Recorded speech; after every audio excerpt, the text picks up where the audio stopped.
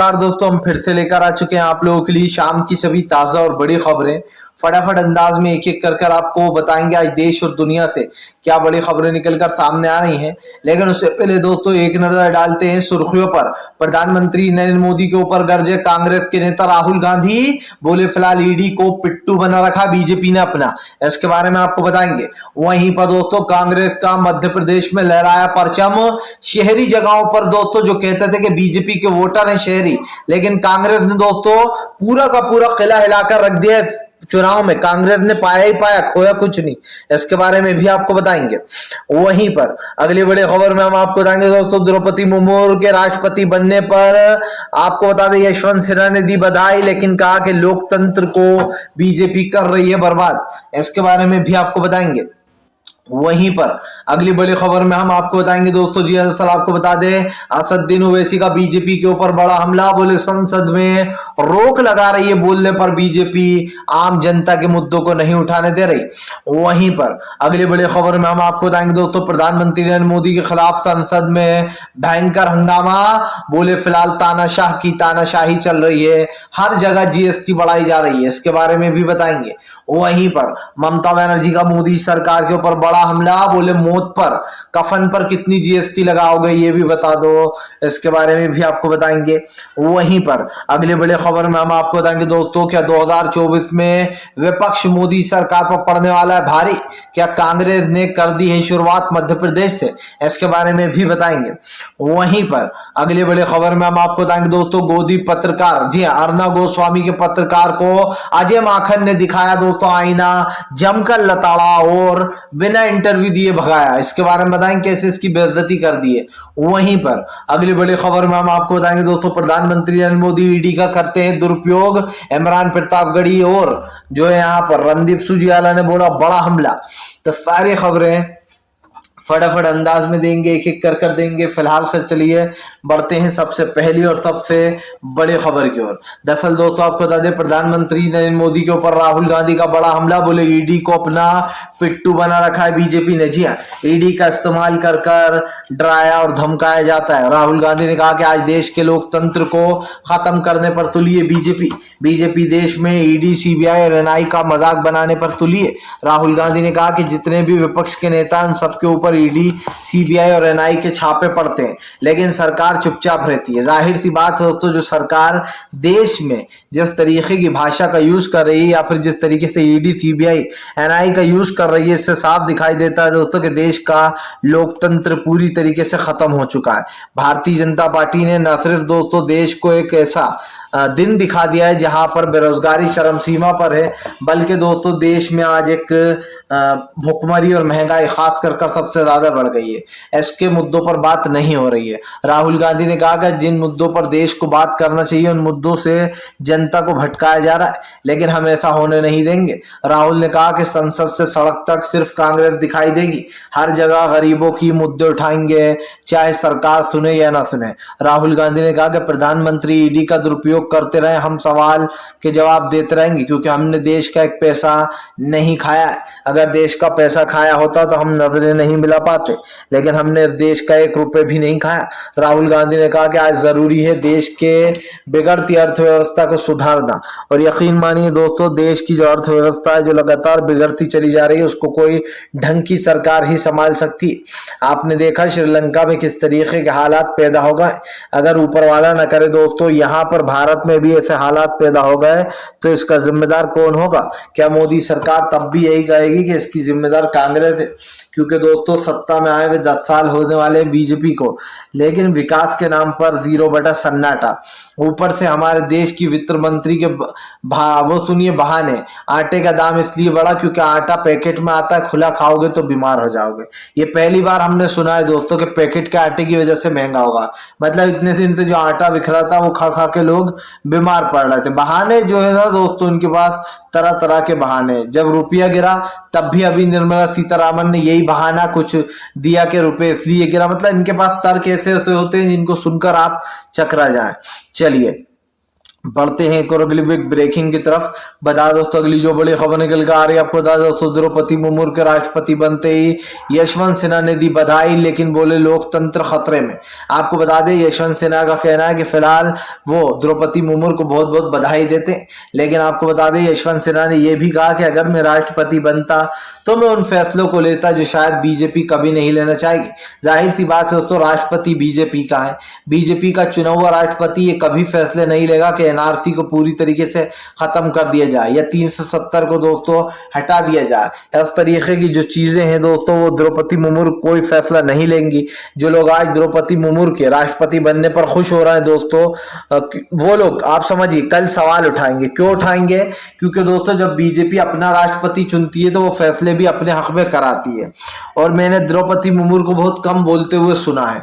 आप देखिएगा जब बीजेपी इनके पास बिल लेकर आएगी तो ये एक के बाद एक बिलों को साइन करेंगी। इसलिए दोस्तों मुझे बीजेपी के किसी इंसान पर भरोसा नहीं है। यशवंत सिन्हा ने कहा कि ऐसी बात नहीं है कि मुर्मू एक अच्छी इंसान नहीं है, उनकी मैं बहुत रिस्पेक्ट करता हूं और उनको बधाई भी देता हूं, लेकिन बीजेपी पर मुझे भरोसा नहीं। यशवंत सिन्हा ने कहा कि बीजेपी जिस तरीके का लोकतंत्र में काम कर रही है उससे कहीं ना कहीं देश को खतरा है। अब जो द्रौपदी मुर्मू है दोस्तों देश की 15वीं राष्ट्रपति बनी है, लेकिन सवाल फिर से वही उठता है कि क्या देश में दोस्तों कुछ तरक्की हो पाएगी? क्या द्रौपदी मुर्मू सही और बिल्कुल अच्छे डिसीजन ले पाएंगी?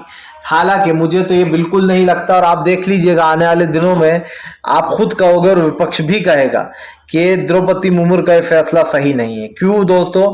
क्योंकि वो बोलती नहीं है, वो किसी सवाल का जवाब ही नहीं देंगी। बीजेपी जो कानून पास कराना चाहेगी वो आराम से करा लेगी, वो भी दोस्तों बिना जद्दोजहद के। और बीजेपी दोस्तों मनमोहन सिंह साहब को आप समझिए साइलेंट प्रधानमंत्री बोला करती थी, लेकिन अब द्रौपदी मुर्मू को क्या बोलेंगे, ये सबसे बड़ा सवाल है। क्योंकि दोस्तों जब आदिवासियों के ऊपर हमले हुए तब द्रौपदी मुर्मू ने कोई फैसला नहीं लिया। फिलहाल चलिए बढ़ते हैं एक और अगली बिग ब्रेकिंग की तरफ। बता दोस्तों अगली जो बड़ी खबर निकल कर आ रही है आपको बता दोस्तों, कांग्रेस ने मध्य प्रदेश में किया मामा शिवराज का सुपड़ा साफ, जगह जगह दोस्तों बीजेपी की हुई फर्जियत। दरअसल दोस्तों इन चुनाव को मध्य प्रदेश के लिए बहुत अहम माना जा रहा है। इसलिए माना जा रहा है दोस्तों क्योंकि चुनाव के नतीजे ये बताते हैं कि कांग्रेस जो है दोस्तों वापस से अपनी सत्ता हासिल कर सकती है। सबसे बड़ा सवाल ये दोस्तों कि जिन लोगों को भी कमलनाथ ने चुना यहाँ पर, वो लोग दोस्तों चुनाव जीते ही जीते, हारा उन्होंने कुछ नहीं सिर्फ जीता। और क्यों जीता दोस्तों इसका सबसे बड़ा रीजन भी सुन लीजिए। आप खुद जानते हैं कि कमलनाथ एक ऐसा नाम है दोस्तों जो कि कहीं ना कहीं देश में एक स्टेज बनाए हुए। कमलनाथ के नेतृत्व में ही दोस्तों कांग्रेस ने 25 से 30 साल बाद जो यहाँ पर मध्य प्रदेश में अपनी सरकार बनाई थी, और कमलनाथ के नेतृत्व में ही दोस्तों कांग्रेस जीती इतने साल बाद। यही कारण है जो दोबारा से कमलनाथ को ही खड़ा किया जाएगा। लेकिन दोस्तों यहाँ सबसे बड़ा सवाल ये कि कमलनाथ जीते थे, उनकी सरकार को गिरा दिया गया। लेकिन दोस्तों अब मध्य प्रदेश की हवा वापस से उसी दिशा में चलती हुई दिखाई दे रही है। दरअसल आपको बता दें कमलनाथ ने जिन जिन प्रत्याशियों को चुना दोस्तों वो सारे के सारे प्रत्याशी, पांचों के पांच प्रत्याशी जीत गए। आपको बता दूं दोस्तों इस चुनाव में कांग्रेस के पास खोने के लिए कुछ नहीं था। कांग्रेस ने दोस्तों इसमें खोया कुछ नहीं, सिर्फ पाया ही पाया, क्योंकि कांग्रेस ने दोस्तों उन जगहों पर सेंध लगा दी जहां पर बीजेपी कभी हारती नहीं थी। 57 साल बाद, समझिए दोस्तों 57 साल बाद कांग्रेस ने बीजेपी को हरा दिया उनके ही गढ़ में। किसके? सिंधिया के, बीजेपी के गढ़ में। और उसके बाद दोस्तों एक और बड़ा झटका लगा नरेंद्र सिंह तोमर जो कि दोस्तों कृषि मंत्री हैं, उनके गढ़ में भी बीजेपी को हराकर कांग्रेस ने अपना नगर निकाय बना लिया। यानी कि दोस्तों कांग्रेस ने जीते पूरे 5, भाजपा ने जीती 60। लेकिन दोस्तों 7 और 5 का मतलब आप समझिए, जो लोग ये कहते थे कि बीजेपी जो शहरी वोटर है वो बीजेपी के वोटर है, लेकिन दोस्तों अब की बार कमलनाथ ने शहरी वोटरों में ही सेंध लगा डाली। और ये कहना गलत नहीं होगा दोस्तों कि वहां ये लोग जीते हैं जहां पर बीजेपी कहीं ना कहीं हारती नहीं थी। 57 साल बाद आप देखिए दोस्तों बीजेपी का खला ढह गया। इसको जो यहाँ पर बीजेपी की सबसे बड़ी हार माना जा रहा है। खास कर जो शहरी जगह है वहां पर कमलनाथ जी ने एक बड़ी जीत हासिल की है। मामा शिवराज को बड़ा झटका लगा है क्योंकि उन्होंने अपने प्रत्याशियों को, या फिर यूं कहते कि अपने उन गढ़ों को खो दिया है जहां पर कांग्रेस बीजेपी मजबूत हुआ करती थी। सबसे बड़ी बात है कि ये भी है दोस्तों कि कांग्रेस के पास 2 सीटें और आ सकती थी जो कि असदुद्दीन ओवैसी ने जीती। लेकिन दोस्तों ओवैसी की राजनीति को भी अब आने वाली राजनीति में एक बड़ा वो माना जा रहा है, क्योंकि दोस्तों आप समझिए ओवैसी की जो प्रत्याशी जीती है दोस्तों खरगोन में, जहां पे अभी पत्थरबाजी हुई थी, हिंसा हुई थी, वहीं पर असदुद्दीन ओवैसी ने अपना हिंदू प्रत्याशी उतारा। यानी कि जो एक हिंदू भाई हैं दोस्तों, उनकी वाइफ है मतलब हिंदू बहन, उनको उतारा गया था। और दोस्तों आप समझिए ओवैसी ने इतिहास रच दिया एक तरीके से, वहां पर उनका हिंदू कैंडिडेट जीता है। तो क्या दोस्तों ये कहना गलत सही नहीं होगा कि ओवैसी ने कहीं ना कहीं सेंध लगाने का काम किया? हालांकि असद ओवैसी ज्यादातर बीजेपी का फायदा कराने के लिए जाने जाते हैं, देखिए जानबूझकर या अनजाने में, लेकिन ओवैसी फायदा तो करा जाते हैं बीजेपी का। और यही कारण है जो 2 सीटें ओवैसी ने जीती हैं ये दोस्तों कांग्रेस को मिल सकती थी।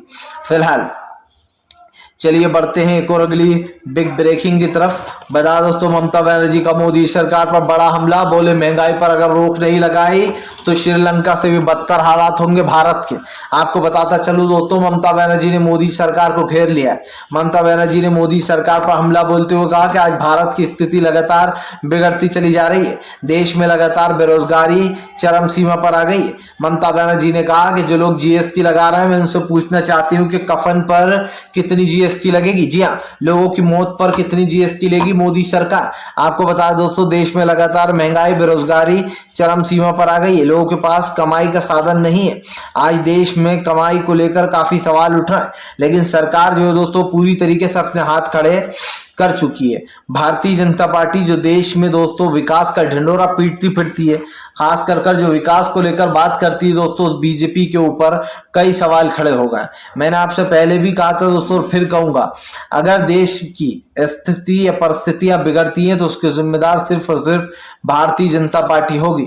आज देश में जो हो रहा है उसकी जिम्मेदार भी बीजेपी है। अगर बीजेपी ये कहती है कि जीएसटी से आम जनता की जेब पर कोई भार नहीं पड़ रहा, अगर इनके नेता कहते हैं कि भैया गाड़ी छोड़ दो, साइकिल चलाना शुरू कर दो, उससे तुम फिट भी रहोगे, तो दोस्तों इन बयानों को सिर्फ बेवकूफी वाला बयान ही मान सकते हैं। क्या कोई इंसान दोस्तों लंबा सफर साइकिल से तय कर सकता है?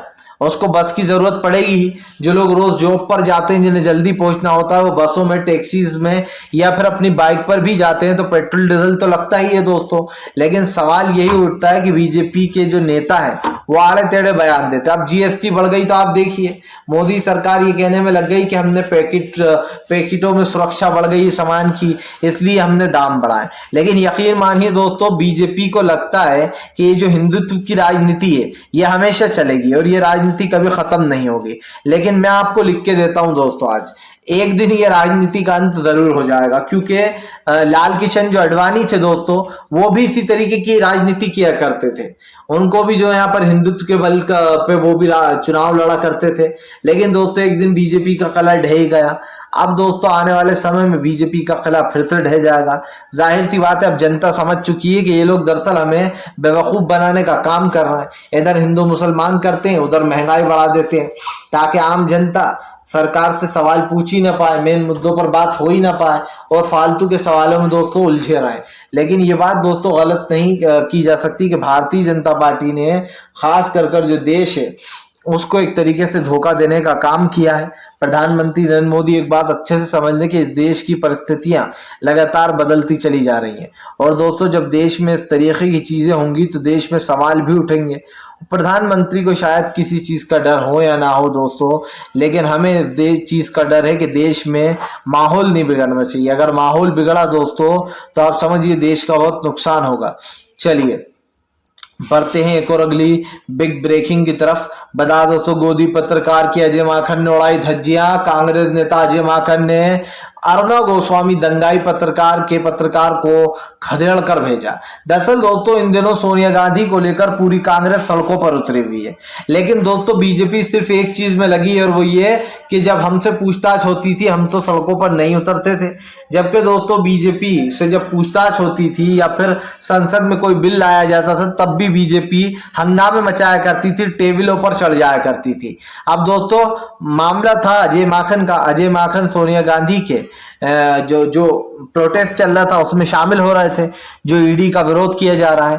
तो दोस्तों गोदी पत्रकार, जी हाँ, अर्णव गोस्वामी का जो पत्रकार है दोस्तों, वो अजय माकन से पूछने लगा कि एक बात बताइए सर, क्या सोनिया गांधी का से जब ईडी की पूछताछ होगी तो क्या आप लोग विरोध करोगे? क्या किसी से पूछताछ नहीं हो सकती क्या ईडी की?